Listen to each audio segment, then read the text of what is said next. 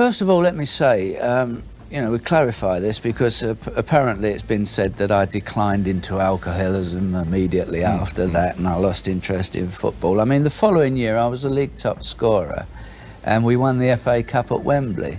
So I'd hardly say that was losing interest directly after. Jimmy Greaves' life, despite being filled with footballing brilliance, was shadowed by deep personal pain that shaped the man behind the legend. One of the earliest and most heartbreaking moments came in 1961 when he lost his infant son, Jimmy Jr., who passed away at just 4 months old. This tragedy shattered Greaves and left emotional scars that followed him throughout his career. He often said that no moment on the pitch could ever compare to the devastation he felt that day. It became a turning point that changed the tone of his life forever. The grief of losing a child pushed Greaves into a long and silent battle that few around him fully understood at the time. Trying to escape from the emotional torment, he slowly turned toward alcohol as a form of comfort. What began as a temporary escape soon evolved into a powerful addiction that consumed his daily life. He struggled to balance fame, expectations, and inner pain while privately fighting demons most people never saw.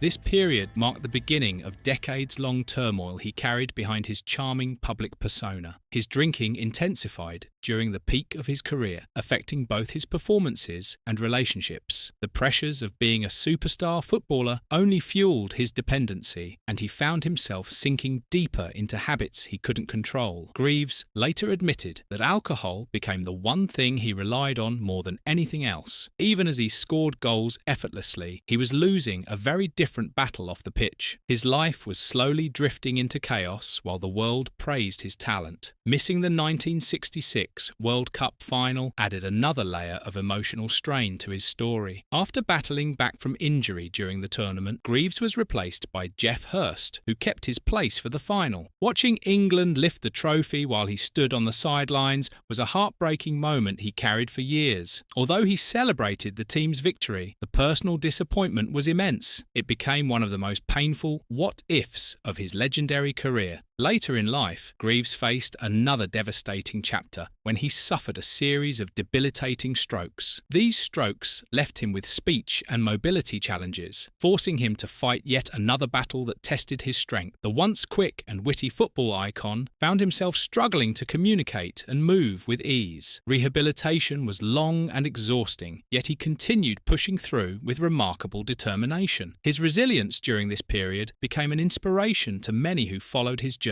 Despite everything he endured, loss, addiction, heartbreak, and illness, Greaves showed extraordinary courage in rebuilding his life. He eventually overcame alcoholism, reconnected with his family, and regained a sense of purpose through punditry and public speaking. His willingness to speak openly about his struggles helped countless others facing similar issues. Greaves' story became much more than football. It became a tale of survival, vulnerability, and human strength. His legacy is defined not just by goals, but by the battles he fought and the spirit he showed. The loss of Jimmy Greaves' infant son in 1960 became the deepest wound of his entire life, a tragedy he carried silently for decades. His second child, Jimmy Jr., died from pneumonia at just 4 months old, leaving the young father shattered. Greaves later said that nothing in football, no defeat, no missed trophy came close to that pain. It was a moment his family rarely spoke about, simply because people didn't know how to handle grief back then. The silence around the tragedy made the heartbreak linger even longer. The emotional blow of losing his son created a void Greaves struggled to fill, even as he continued scoring goals with effortless brilliance. Football became his escape, but off the pitch, the sorrow followed him relentlessly. Friends and teammates noticed the shift in his personality, but few understood its cause. Greaves himself admitted that he pushed his feelings down because there were no support systems for grieving families in that era. The tragedy became the quiet shadow behind the cheerful footballing icon. As the years passed, the unresolved grief made him vulnerable to destructive habits that would shape the next chapter of his life. Alcohol slowly became his coping mechanism, a way to numb feelings he never confronted. What started as casual drinking soon turned into a dangerous dependency. Greaves later acknowledged that emotional trauma was one of the reasons he lost control. The pain from his son's death was still buried, influencing everything he did. By the time he retired from top-flight football in 1971, alcohol had already taken hold of him. With the structure of professional sport gone, his drinking spiraled sharply. Greaves famously said he lost the 1970s completely, a decade where alcohol overshadowed every aspect of his life. The man once known for unmatched sharpness on the pitch was now fighting a battle he could not escape. It became the toughest opponent he ever faced. His addiction wrecked his business ventures, leaving him in financial instability during a period when retired players did not earn the fortunes they do today. Greaves tried running several companies, but the alcoholism made consistency impossible. Each failed attempt added more pressure and frustration. He was living in a cycle of hopes rising and collapsing.